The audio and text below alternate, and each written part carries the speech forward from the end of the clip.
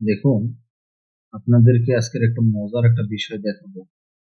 সেটা হলো গিয়ে শেখ হাসিনা ভারতে পালিয়ে যাওয়ার পর থেকে সে ভারতের দাদাবাবুদের বিভিন্ন ষড়যন্ত্র বাংলাদেশ নিয়ে চলেছে।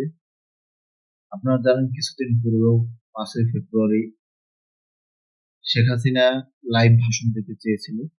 সেই ভাষণ দেওয়ার প্রেক্ষিতে করে বাংলাদেশে অনেক বড় অনেক কাণ্ড ঘটে গেছে, কিন্তু তারপরও সেই দাদাবাবুদের কোনো প্রকার ষড়যন্ত্র বন্ধ হয় নাই। তারপরও তারা তাদের ষড়যন্ত্র চালিয়ে যাচ্ছে।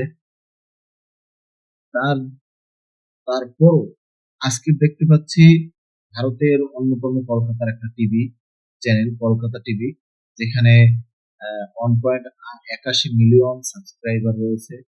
তো সেখানের একটি সেই টিভি চ্যানেলে লাইভ শেখ হাসিনার বক্তব্য সম্প্রচারিত হচ্ছে।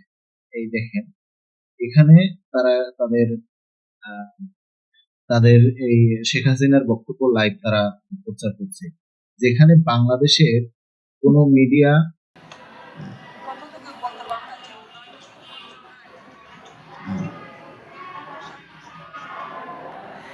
যে যেখানে সারা বাংলাদেশের মিডিয়া কেউই এই ফেসিস্ট শেখ হাসিনার বক্তব্য প্রচার করতেছে না।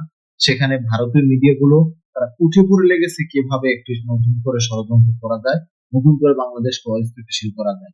তাদের সেই পূর্বের ষড়যন্ত্র গুলো, সেই দাদাগিরি আবার বাংলাদেশের জনগণের উপরে, মানুষের উপরে প্রচার করতে চায়, মানুষের উপরে টাইম করতে চায়।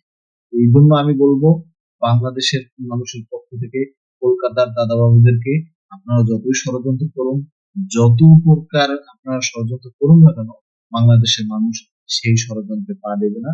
বাংলাদেশের মানুষ সচেতন, আরো সচেতন হয়ে যাচ্ছে। অতএব আপনাদের সেই নীল নকশা যতই পোষান না কেন, বাংলাদেশের মানুষ ওগুলো